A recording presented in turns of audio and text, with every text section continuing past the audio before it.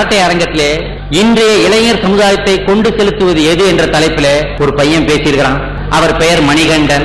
அவர் சிறப்பாக பேசியதை கவனித்த சூப்பர் ஸ்டார் அவர்கள் படையப்பாவின் விளம்பரத்திலேயே படையப்பாவின் வெற்றி விழாவிலே அவனுக்கு மரியாதை செலுத்தப்படும் என்று சொன்னார். அவர் எப்பொழுதுமே சொன்னதை செய்வார், சொல்லாததையும் செய்வார். அதை பொறுத்திருந்து பார்க்க வேண்டும். இப்பொழுது மணிகண்டன் அவர்களை சற்று நேரத்திற்கு பேசும்படி இங்கே அழைக்கிறேன்.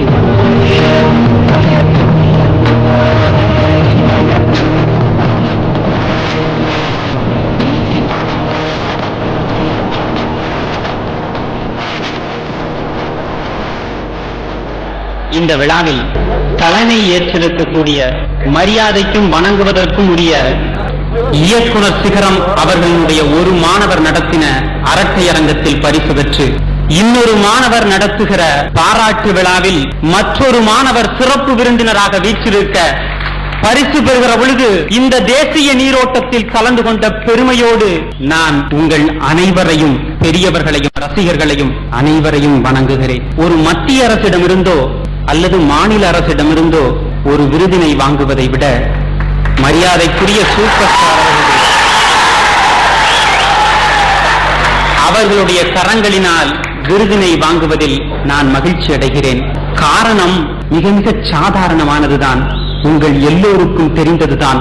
ஒரு கணம் அந்த ஊஞ்சல் காட்சி என் கண்முன்னாலே வந்து நிழலாடி விட்டு போகிறது. இன்றைக்கு மத்திய அரசாங்கத்திலேயும் மாநில அரசாங்கத்திலேயும் பல்லாயிரக்கணக்கான மக்கள் பதவி என்கிற நாற்காலிகளின் மீது கால் போட்டு அமர்ந்து கொண்டிருக்கிறார்கள். ஆனால் எனக்கு பரிசளித்து பாராட்டிய இந்த மன்னனுக்கோ பதவி என்பது, ஆனால் எனக்கு பரிசளித்து பாராட்டிய இந்த மன்னனுக்கோ பதவி என்பது தலைக்கு மேலே தொங்குகிற ஊஞ்சலை போன்றது.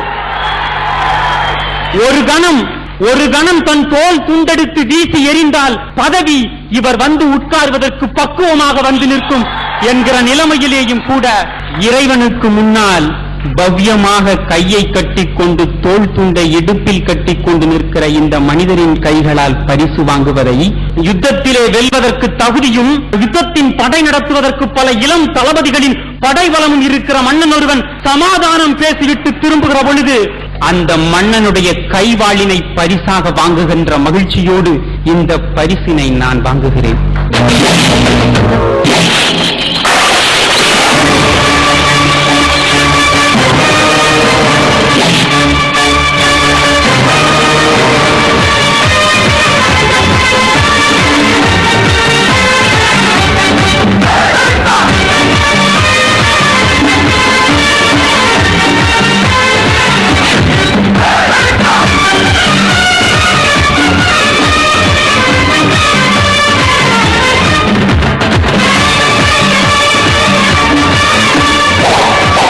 எதுவெல்லாம் உள்ளுக்குள் நெருப்பை வைத்திருக்கிறதோ அதுவெல்லாம் உயர்ந்து கொண்டே இருக்கும்.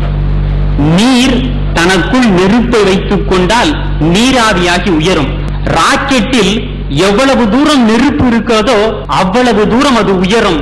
தமிழ்நாட்டினுடைய மக்கள் தொகை 25 ஆண்டுகளுக்கு முன்னால் 4 கோடியாக இருந்து 8 கோடியாக உயர்ந்த போதும் எல்லோருடைய உள்ளங்களிலும் இவர் தொடர்ந்து உயர்ந்து கொண்டிருக்கிறார் என்றால் அந்த உள்ளுக்குள் நெருப்பு இருக்கிற மனிதர்.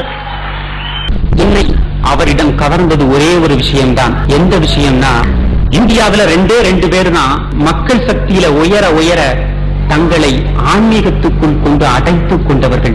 தெளிவாக சொல்லிவிடுகிறேன், ஆன்மீகத்தை பயன்படுத்தி மக்கள் மத்தியில் உயர்ந்தவர்கள் அல்ல. மக்கள் சக்தி அந்த பெயரை கேட்கிற போதெல்லாம் உள்ளங்கால் வழி ஒரு மின்சாரம் ஓடி உச்சந்தலை தாக்கியதைப் போல பிரகாசம் அடைகிற போதெல்லாம் தங்களை ஆன்மீகம் என்கிற கூட்டுக்குள் சுருக்கிக் கொண்டவர்கள் 2 பேரைத்தான் நான் உணர்கிறேன். ஒருவர் அந்த மனிதருடைய பெயரை நினைத்து பார்க்கிற பொழுதே நெஞ்சுக்குள் ஒரு சூரியன் வந்து நெருப்பேற்றி வைத்துவிட்டு போகிறது. நண்பர்களே, தென்னாப்பிரிக்கா நகரத்தின் நேட்டாலியின் தலைநகரில் 1ஆம் வகுப்பு ரயில் பெட்டியில் தன்னம்பிக்கையோடும் தைரியத்தோடும் உற்சாகத்தோடும் உத்வேகத்தோடும் 1ஆம் வகுப்பு ரயில் பெட்டிக்கான பயணச்சீட்டோடு உட்கார்ந்திருக்கிற அந்த மனிதனை ஒரு சாதாரண சிப்பாய் கருப்பன் என்கிற ஒரே ஒரு காரணத்திற்காக கையை பிடித்து கீழே தள்ளிய பொழுது அந்த மனிதன் எழுந்து நின்று உறக்கச் சொன்னார், என்னை நீங்கள் அவமானப்படுத்தி விட்டீர்கள். சில பல ஆண்டுகள் கழித்து அந்த மனிதர் இந்தியாவிற்கு வந்து உறக்கச் சொன்னார், இனி எங்களை நீங்கள் அவமானப்படுத்தக் கூடாது. 30 கோடி இந்தியர்கள் சுவாசிப்பதற்கு சுதந்திர காற்றை வாங்கி தந்த மகாத்மா மக்கள் மத்தியில் தன்னை ஆன்மீகத்திற்கு அடிமையாக்கிக் கொண்டார். அதே தெளிவு என் குரு ரமணர் சொல்லுவார், ஒரு மனுஷன்றவன் மனுஷன் இல்ல, இந்த உடல் இல்ல, இந்த புத்தி இல்ல, அவன் ஆத்மா. அதை நான் முழுவதுமாக தரிசித்த ஒரே இடம் திரு சூப்பர் ஸ்டார் அவர்களிடம்தான்.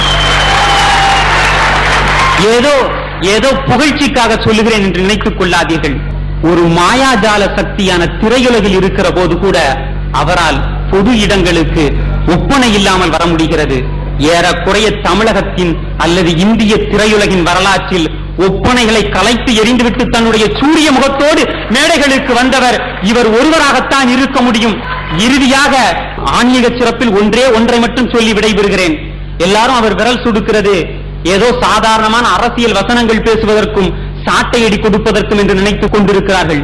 தயவு செய்து அந்த கருத்தை மாற்றிக் கொள்ளுங்கள். அது அவருக்கு அவரே சொல்லிக் கொள்ளக்கூடிய ஒரு உத்தமமான தத்துவம் இதுதான். நண்பர்களே, இந்த விரல் என்பது பெண்ணாசையை குறிக்கக்கூடியது.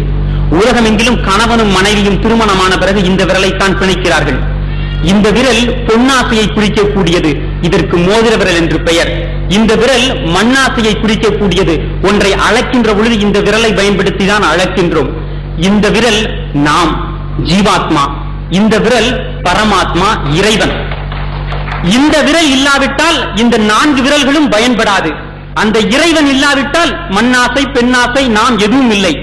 ஆனால் இந்த 3 ஆசைகளையும் வெல்ல வேண்டும்.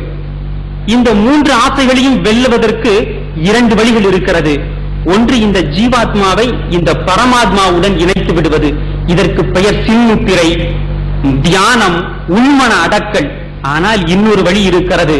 எல்லாம் வல்ல இறைவனின் கருணையால் இந்த 3 ஆசைகளையும் அடக்கி ஆண்டு இந்த ஜீவாத்மா மட்டும் தனித்து நிற்பது.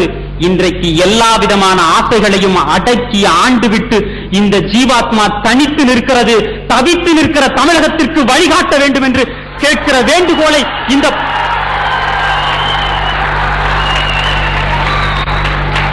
உரையினுடைய இறுதி பகுதிக்கு வருகிறேன். இந்த புறம் பாருங்கள், ஒரு கட் அவுட் இருக்கிறது. 25 வயது இளைஞன் ஒருவன் உச்சமாக எதையோ ஒன்றை உயர பார்க்கிற சின்னம் இந்த இடத்தில் இருக்கிறது. அது இந்த சின்னத்தை குறிவைத்துத்தான் அந்த இளைஞன் ஒரு கதவுகளை திறந்தார். அந்த வெற்றியை எய்துவிட்ட பூரிப்பும் நன்றியும் குழந்தைத்தனமான சிரிப்பும் அதில் தெரிகிறது. 25 ஆண்டுகளை கழித்து விட்டீர்களே தலைவா. 25 ஆண்டுகளாக மேடையில் இருக்கிறவர்களுக்கு உங்களோடு சேர்ந்து பணியாற்ற வாய்ப்பு கொடுத்து விட்டீர்களே. இனி அதற்கு அந்த புறம் இன்னமும் ஒரு சிகரத்தை நீங்கள் நோக்குங்கள். 25 ஆண்டுகள் மேடையில் இருக்கிறவர்களுக்கு உங்களோடு சேர்ந்து பணியாற்ற வாய்ப்பு கொடுத்தீர்கள். கீழே நிற்கிறவர்களுக்கு உங்களோடு சேர்ந்து பணியாற்ற வாய்ப்பு கொடுங்கள். வாய்ப்புக்கு நன்றி.